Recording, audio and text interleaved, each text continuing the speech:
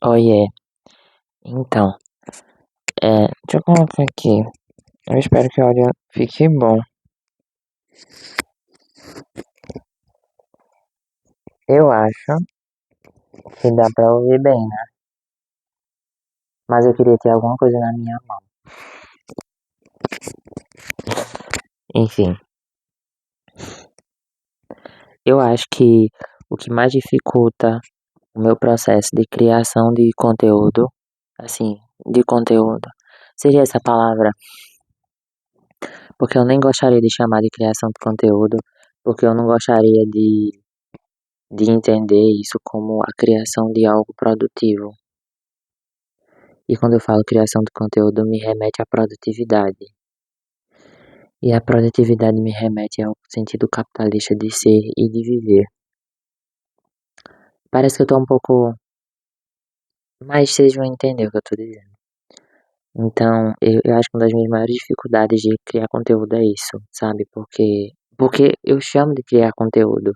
Então, quando eu chamo de criar conteúdo, remete a uma obrigação, né? Como eu falei, ao sentido capitalista. Eu acho que um dos meus melhores momentos aqui, né? Nos momentos que eu consegui mais gravar vídeos foi quando eu tava só gravando por gravar. Só que aí depois do segundo vídeo alguma coisa em mim mudou e me veio a obrigação de gravar e o pensamento de que se eu gravasse mais vídeos o YouTube entregaria mais e eu poderia criar uma comunidade muito mais rapidamente ou enfim, ou qualquer outra coisa.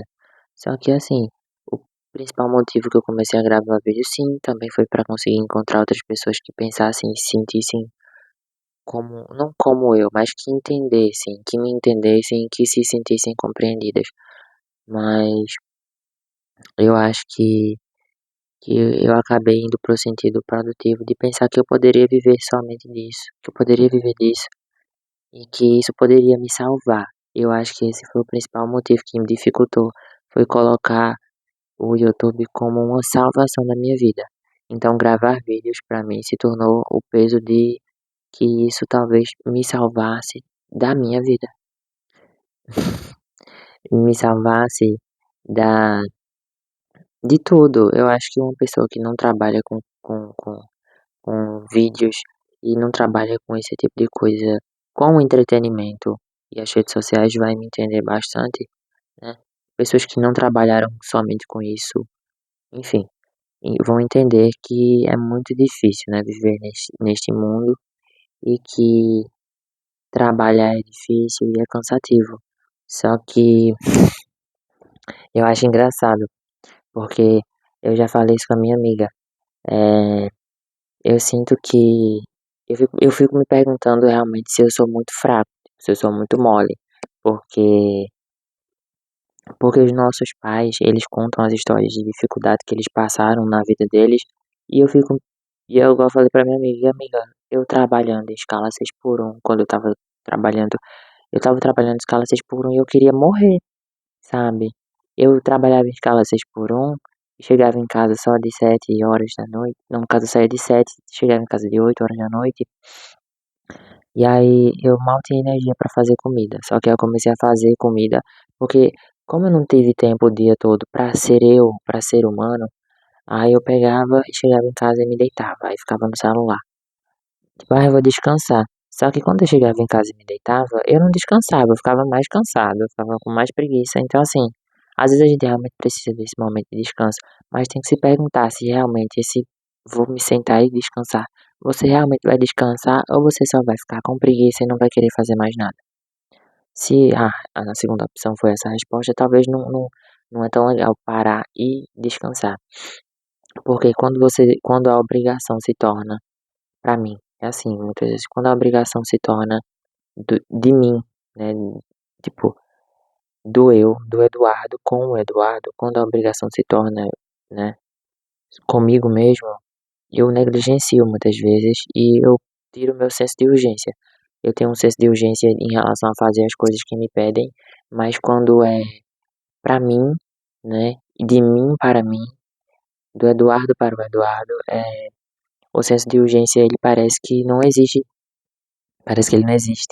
Então, eu não tenho a pressa de fazer as coisas que eu tenho que fazer, como por exemplo uma janta. E eu não sei nem como foi que eu fui parar nesse assunto, mas vou continuar. Então, esse sentido todinho do que eu tô falando é pra explicar realmente que é muito cansativo essa rotina de trabalho. Então eu queria algo que me salvasse disso, que me salvasse do chegar em casa cansado à noite e não conseguir nem fazer minha própria comida, ou fazer, e com o tempo eu fui conseguindo fazer, porque depois eu percebi que eu iria morrer se eu não jantasse e eu não tomasse café da manhã, sabe? Porque só almoçar não tava bastando, obviamente. E ainda assim eu adoeci. E ainda assim eu perdi 7 quilos. E ainda assim eu fiquei mal psicologicamente, fisicamente. Eu demorei, acho que uns 5 meses. Setembro aí, outubro, novembro, dezembro, janeiro, fevereiro. Uns 6 meses. Eu demorei uns 6 meses, assim, no geral, mas principalmente os 3 meses depois que eu saí do trabalho foram os meses mais difíceis em que eu fui fazer exames, fiz vários exames e comecei a cuidar da minha alimentação também. Depois que eu adoeci, que eu fui parar no hospital, fiquei mal e a médica falou sobre em relação à alimentação. Depois disso eu comecei a valorizar mais a minha alimentação e muito mais, porque eu só comia pra não passar fome. Não que comer seja ruim, mas eu muitas vezes só comia pra não passar fome, porque era tanta coisa pra fazer que comer parecia não ser importante, né? Porque isso é o que o capitalismo também faz com a gente. A gente começa a negligenciar até nossas necessidades pessoais. Então, acho que se para um capitalismo existisse uma cápsula em que a gente toma pra aquilo ali suprir as necessidades da fome e dos nutrientes do café da manhã, do almoço, da janta, isso talvez fosse até mais acessível para todo mundo, justamente para que as pessoas não gastassem tempo almoçando ou comendo, né? Enfim, é muito triste. Eu acho que tudo isso me deixa muito entristecido porque eu penso que a maioria das angústias que existem para mim quando eu estou trabalhando é justamente por isso, né? Porque o tempo, a gente é visto como uma máquina, então não temos tempo suficiente para lidar com nós mesmos e ficamos cansados porque somos vistos como máquinas que não se cansam. Então, quando a gente chega em casa, mal sobra energia para nós mesmos, né? Então, acho que é complicado e eu já quis muito arrumar um emprego, ainda quero, ainda procuro, mas eu não vou mais com desespero, eu não tenho mais esse desespero. E hoje em dia eu entendo a sorte que eu tenho de ter o apoio dos meus tios, porque eu fico pensando assim, meu Deus, imagine se fosse só eu sozinho. Imagine se eu tivesse que sustentar minha família, sabe? É loucura, gente, é loucura, é loucura, sabe? E eu também acho muito triste como às vezes a minha vida tem suas dificuldades e tudo mais, mas quando eu penso que foi muito difícil pra mim, eu fico pensando que pra algumas pessoas foram mais difíceis, mais difícil ainda. E como é que alguém consegue ter coragem de colocar um ser humano nesse mundo se ele vai sofrer tanto, sabe? Eu digo assim, de você realmente querer ter um filho, mas você é uma pessoa que é vive numa situação de muita vulnerabilidade, então você não consegue nem passar essa segurança pro seu filho. Aquele papo de que pobre não deveria ter filho, eu acho que é um papo perigoso, porque entra até nessas questões de que assim, é como se como se o pobre não tivesse direito de querer algo, né? De querer porque ele não tem esse dinheiro. Mas eu entendo que, em partes, quando você é uma pessoa que se encontra em situação de vulnerabilidade e que em muitos momentos da sua vida você vai beirando essa linha, né, de se encontrar nessa situação, realmente é importante que você não tenha uma criança para você não passar essa dificuldade para mais outra vida, sabe? Mas, tipo, meus pais, eles não são ricos. E a gente vive até bem porque a gente também mora numa cidade do interior. Então, assim, eles têm direito de querer ter filhos. Então, eu só acho que as pessoas precisam ter um pouquinho mais de estabilidade quando elas escolherem ter filhos. Mas, voltando mais uma vez para o assunto que eu queria falar, né? Isso tudo, né? Tudo isso que eu tô falando só mostra que, assim, me adoece, assim, pensar em arrumar um trabalho em que eu não vou me sentir vivo, sabe? Tipo, eu não vou, eu sei que eu acho que a nossa geração acaba procurando muito significado em tudo, mas eu também acho que quando as coisas, a maioria das coisas do nosso dia a dia não tem significado nenhum, é muito difícil, porque uma boa parte da nossa geração, elas, acho que não só da nossa, mas eu falo da minha geração, porque é por nós que eu posso falar e com, com, com os iguais, né? Com essas pessoas que eu tenho mais o meu contato e essas conversas. E eu acho que a gente veio com muita consciência, né? Dessas coisas e então assim, a geração Z dá muito trabalho pro mercado de trabalho, porque por mais que tenha muitas pessoas ainda que se colocam em determinadas situações porque precisam, a nossa geração ela tem muita consciência de que trabalho não é vida e que determinados comportamentos que as empresas continuam tendo para tentar manipular a gente, para fazer a gente ter esse senso de dever, de que deve algo além do nosso serviço e de que deve a nossa alma e todo o nosso sangue, suor e lágrimas, né?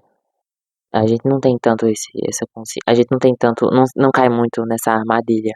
Eu acho que é um dos motivos que a geração Z dá tanto trabalho, porque a gente entendeu que esses papos de que se você trabalhar com o que você ama, não é trabalho, de que, sabe, todas essas coisas que foram discursos que enganavam e iludiam, porque é importante que você trabalhe com o que você goste, com, com algo que de alguma forma realmente, você não precisa amar aquilo, mas algo que de alguma forma faça sentido pra você, sabe?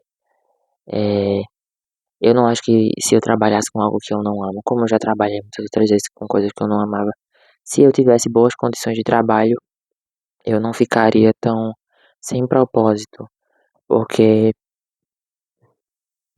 porque eu eu eu teria a recompensa tanto financeira quanto o tratamento humano que os seres humanos merecem ter, né? Eu acho que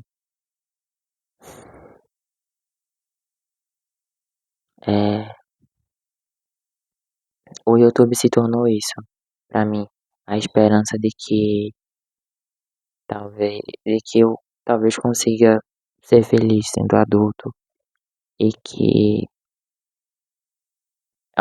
pelo menos essa tentativa poderia dar certo e me tirar de todo esse ciclo que eu tenho, né? Porque como a minha vida não foi bem estruturada, assim, por assim dizer, então o começo da minha vida adulta não foi seguindo o rumo que, pai, eu vou fazer vou fazer essa faculdade e minha vida não teve esse super planejamento, porque agora, nesses meus 21 anos, eu tô tentando organizar minha vida para conseguir começar ela de alguma forma, começar assim, por exemplo, começar uma carreira profissional. Mais uma vez, falar que começar a minha vida só quando minha carreira profissional começar também é uma coisa meio capitalista de se pensar, né? Que a minha vida só começa quando eu começar a trabalhar ou estudar ou ser produtivo ou útil. Mas ainda assim, não é só por isso que eu falo isso. Pode até ser um pouco por isso, mas é principalmente porque eu digo que a minha vida vai começar porque eu vou voltar a ter uma rotina que eu gosto de ter, que me faz bem, e eu vou voltar a fazer coisas que eu gosto de fazer, entendeu? É, então, quando eu estudava no ensino médio ainda assim, eu tinha uma rotina, que eu sentia que eu estava tendo uma vida. Agora eu tenho que realmente assim, ainda tenho, né, uma vida, mas eu tenho que me esforçar para me sentir vivo, sabe? Eu tenho que continuar lutando para me sentir vivo. Então eu acho que ter um papel social bem definido e que traz essa segurança pra gente, sabe?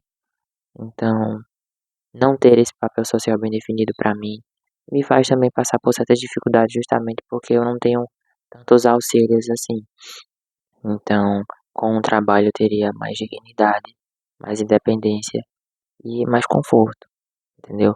Então, por isso que pra mim, esse começar a estudar e a trabalhar significa começar a vida de alguma forma. porque eu vou ter mais condições de poder fazer e ser quem eu quero, sabe? Fazer as coisas que eu quero e ser quem eu quero. Enfim, eu vou tentar não editar mais tantos vídeos. É, a gente não tem mais paciência para pausas, para respiração. É tudo acelerado, tudo tem que ser perfeito, tudo tem que ser. E não precisa, sabe? É, isso aqui pode me salvar de outra forma que não seja se tornar o meu trabalho. Isso pode me ajudar a me conectar comigo mesmo. E é isso. Eu vou tentar me lembrar disso e retomar esse sentido. E eu tô mais confortável. Eu não tô ansioso gravando esse vídeo. Eu tava ficando ansioso nas outras tentativas. Não que eu tentei gravar esse vídeo antes, mas em outros vídeos que eu tentei gravar. Eu ficava ansioso porque eu me impressionava. Porque, como eu falei, isso aqui poderia salvar a minha vida, sabe? Isso aqui poderia ser algo que vai me salvar desse mundo tão difícil. Enfim, se alguém ver esse vídeo, eu espero julgar, eu espero acolhimento e não julgamento, no caso, sabe? Se coloquem, e se pessoas mais velhas verem esse vídeo, se coloquem no lugar de uma geração que está entrando no mercado de trabalho, num mundo bem instável e com uma perspectiva bem catastrófica. Apesar de que eu entendo que uma parte disso tudo é verdade, realmente é verdade, não sou negacionista, mas eu também entendo que vem um pouco de terrorismo digital em meio a isso tudo. A gente tem que saber filtrar, porque a sensação que dá é que o mundo vai se acabar daqui a 5 anos. Não vai, só vai ficar mais difícil de viver e provavelmente mais desigual. Complicado, tá vendo que nossas perspectivas pro futuro não são muito confortáveis. Então, assim, sabe, tenham empatia com a gente. Enfim, se alguém ver esse vídeo e se identificou com alguma coisa, eu espero que você se sinta acolhido e que entenda que esse é um espaço seguro pra ser quem é e pra ficar meio ansioso com essas coisas. Mas que eu espero que você consiga ter um pouquinho do conforto que eu tenho. Desse conforto, dessa estrutura de pelo menos não me preocupar com a comida de amanhã. Enfim. Ai, Jesus. Que mundo é esse, hein? Muda, Brasil. Muda.